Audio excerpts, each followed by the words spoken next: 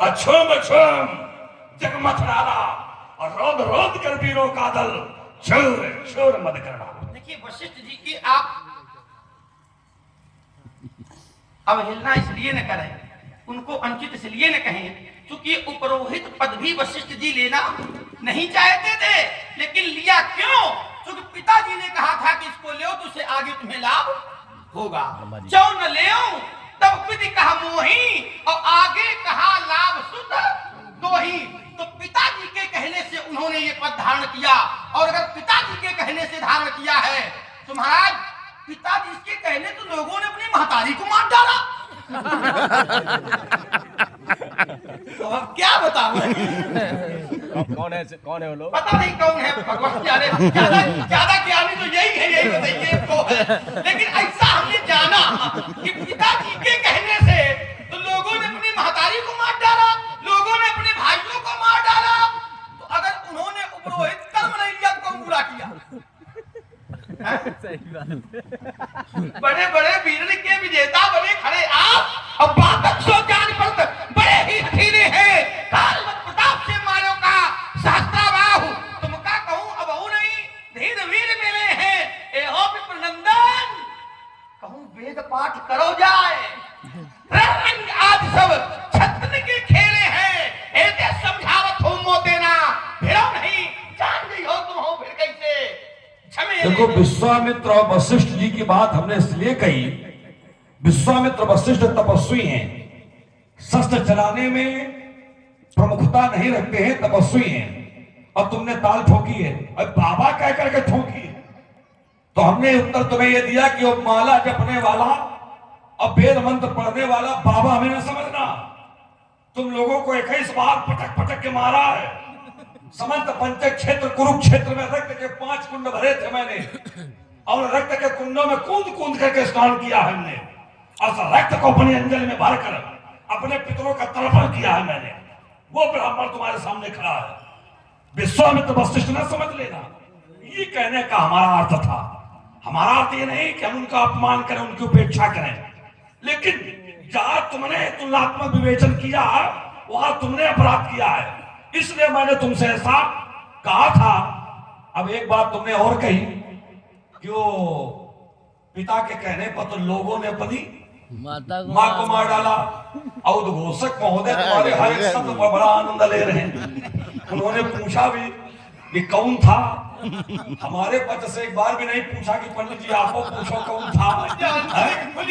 अरे हर बार हम ये देख रहे हैं लखन जी के भाई। आपको इससे प्रसन्नता हो रही है कि कष्ट हो रहा है? प्रसन्नता कष्ट ये सब हमारे लिए बहुत पीछे है, हम इससे बहुत आगे निकल चुके हैं, बहुत आगे निकल चुके हैं। उत्तर मैं दिए देता हूँ। रावा संचोदिता पिता मात्रा भ्राता सावधित प्रभाव के मुनि सम्यक समाधि सच्चा। हर एक बात का उत्तर है हमारे तुम्हारे। ये चरित्र परशुराम के जीवन का है। हाथ उठा के कहता हूं कि परशुराम ने अपने पिता के कहने पर अपनी माता पर फंसा।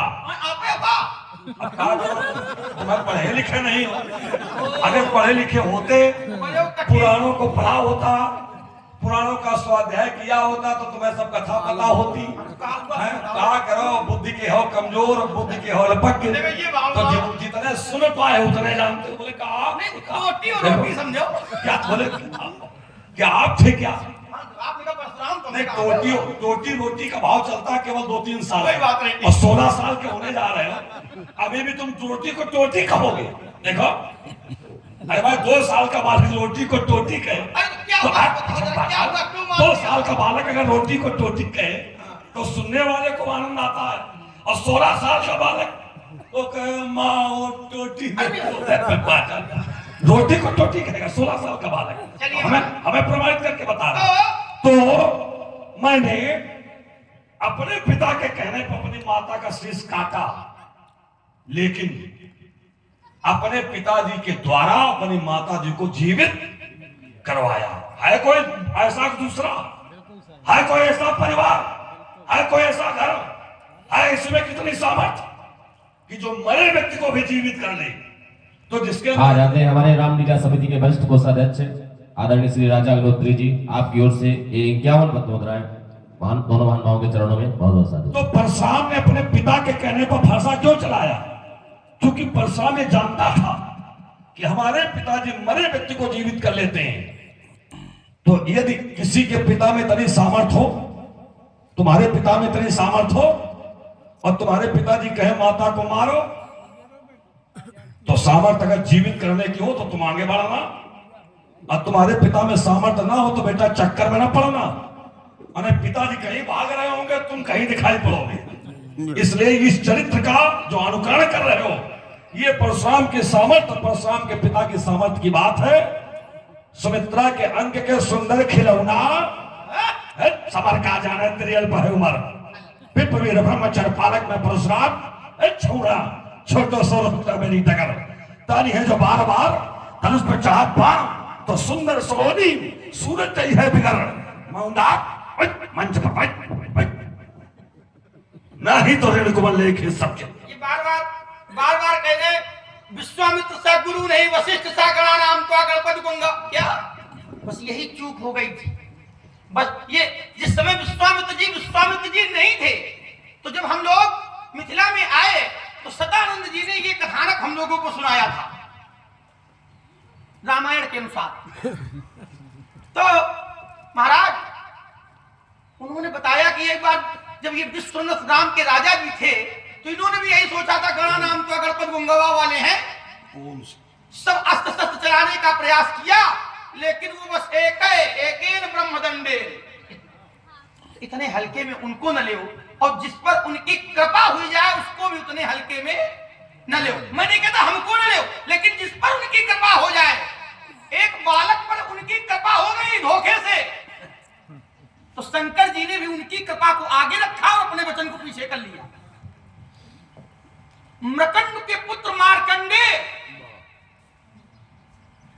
महाराज शंकर जी ने कहा था कि अल्पायु होगी, और वशिष्ठ जी के पैर छुए तो कह दिया दीर्घायु भव। अब दोनों में द्वंद हो गया। शंकर जी ने कहा क्योंकि वशिष्ठ जी ने कह दिया है, तब इनकी बात गलत होने वाली नहीं है। तो मानस में भी कहा गया सो गोसाई विधिगत जय छेकी, तो सकई कुटार टेक जो देखी। इसलिए मैं अपना जीवन दर्शन एक परामर्श आपको देना चाहता हूँ, और वो इस रूप में है, उसे स्वीकार करने की कृपा करें। आदरणीय कृष्ण गोपाल तिवारी जी, जो कि प्राचार्य महोदय है हाई स्कूल गोयरा के, और हमारी समिति के प्रमुख पुराने सहयोगी भी हैं। आपकी ओर से 101 पत्र मुद्राएं इस सुंदर संवाद पर दोनों महान भावों के चरणों में। मुनिराज सुनो, हम बच्चे हैं, लेकिन ये आपसे कहना है, आपको नहीं शोभा देता जो ये क्रोध का जेवर पहना है। महाराज यह बाना है रजपूतों का, ये बाना है रजपूतों का, जो पहना जाता है रण में अपराध क्षमा हो महामुने, चाहिए शांति ब्राह्मण में। देखो वशिष्ठ जी बड़े सामर्थ्यशाली हैं, वशिष्ठ जी बड़े प्रभुत्वशाली हैं। मृकंड के पुत्र मार्कंडे को वशिष्ठ जी ने नहीं बचाया था, वशिष्ठ जी ने आशीर्वाद धोखे से दे दिया था, बचाया शंकर जी ने था। और कब बचाया था? जब शंकर जी के मंदिर में बैठ करके मृकंड का पुत्र मार्कंडे साधना करने लगा था, तब वशिष्ठ की कुटिया में नहीं बैठा था। वो वशिष्ठ की कुटिया में बैठा होता तो तुम्हारी बात थी। वो शंकर जी के मंदिर में बैठ करके साधना कर रहा था, और शंकर जी के मंदिर के अंदर यमराज का प्रवेश वर्जित है। इसलिए यमराज ने क्या किया? अपना पास मंदिर के बाहर से ही मार्कंडे पर डालने का प्रयास किया, और जैसे ही प्रयास किया शंकर जी प्रकट हो गए, 1 लाख छाती पर मारी यमराज की। बहुत सुंदर। ऐसा थोड़े जैसा दोनों ही सुंदर प्रकांड विद्वानों के द्वारा शास्त्रों और पुराणों की सुंदर यात्रा, अच्छी अच्छी कथाओं का श्रवण हो रहा है, सुंदर उद्बोधन हो रहा है दोनों महान भावों के द्वारा। गूढ़ कथाओं का यहाँ पर अवलोकन करा रहे हैं पूरे दर्शकों और श्रोताओं को। इसलिए प्रभावित हुए हमारे श्री राम नरेश पटेल जी, ठकुराइन निवासी। आपकी ओर से 51 पद्म मुद्राएं दोनों महान भावों के चरणों में समर्पित है। और इसी कड़ी में विनोद द्विवेदी, आप साल के 12 महीने में 11 महीने परशुरामी सुनते हैं, बहुत शौकीन है परशुरामी के, इस संवाद के। और उन्होंने लगातार प्रयास किया था कि लखन जी को इस बार लाया जाए। उनकी ओर से भी 51 पद्म मुद्राएं दोनों महान भावों के चरणों में। तो इसलिए वहां पर मार्कंडेय जी बचे, चूंकि शंकर जी की प्रमुख कृपा रही। अब वशिष्ठ जी तपस्वी है, इसमें कोई संशय नहीं। लेकिन ये भी ध्यान रखो कि वशिष्ठ जी इतने साधनाशील होने के बाद में भी दोबारा पैदा हुए, इतना ध्यान रखना। हाँ, और इसी दोबारा कड़ी में पैदा हुए राम रतन अनुरागी कारीगर हमारे ग्राम गोयरा के निवासी हैं, 101 रुपए दोनों महान भाव के चरणों में। और हरि बाबू पटेल, पड़ोसी गांव ठकुराइनपुर से आप भी पधारे हैं, इनकी ओर से भी 51 पद्म मुद्राएं।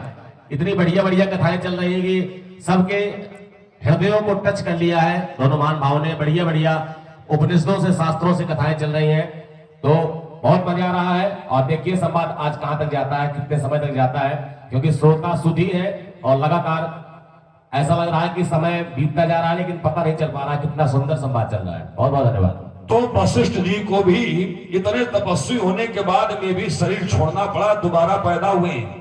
पहले ब्रह्मा जी के पुत्र थे वशिष्ठ जी, और राजा निमि जो जनक के पूर्वज थे, उन्होंने वशिष्ठ जी को साथ दे दिया था। वशिष्ठ जी ने उन्हें साथ दिया, उन्होंने वशिष्ठ जी को साथ दे दिया। तो वशिष्ठ जी का शरीर छूट गया, इनकी मृत्यु हो गई। उसके बाद वशिष्ठ जी फिर पैदा हुए मित्रावरुण ऋषि के माध्यम से, अगस्त ऋषि के भाई बनकर के पैदा हुए। तो वशिष्ठ जी तपस्वी है, लेकिन तपस्या का परिणाम ये भी वशिष्ठ जी का देखने को मिलता है, जो हमारे पुराणों में अंकित किया गया है। इसलिए चरित्र यदि प्रकट कर रहे हो तो जरा पूरे पन्ने खोल करके प्रकट करो, तब तो ईमानदारी होगी। अब बार बार हमसे कहता ईमानदारी से बताओ, ईमानदारी से बताओ। अरे तेरे बाप का हमने क्या बेईमानी किया, ईमानदारी से बताओ। बोलता चला जा रहा, इसलिए मैं तुम्हें समझा रहा हूं।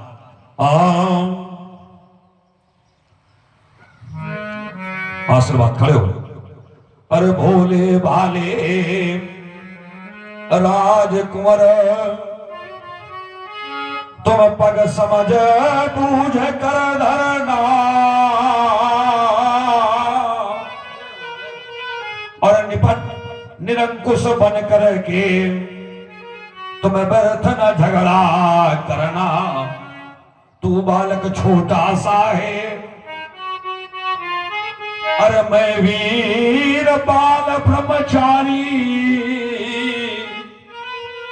और गुरु के रहते लखन लाल, तूने है बात बिगाड़ी। मैं बालक पर यदि करूं वार, मैं बालक पर यदि करूं वार, तो धर्म ना क्या देता, और नहीं तो छोटे छोने तुझको मैं छार छार कर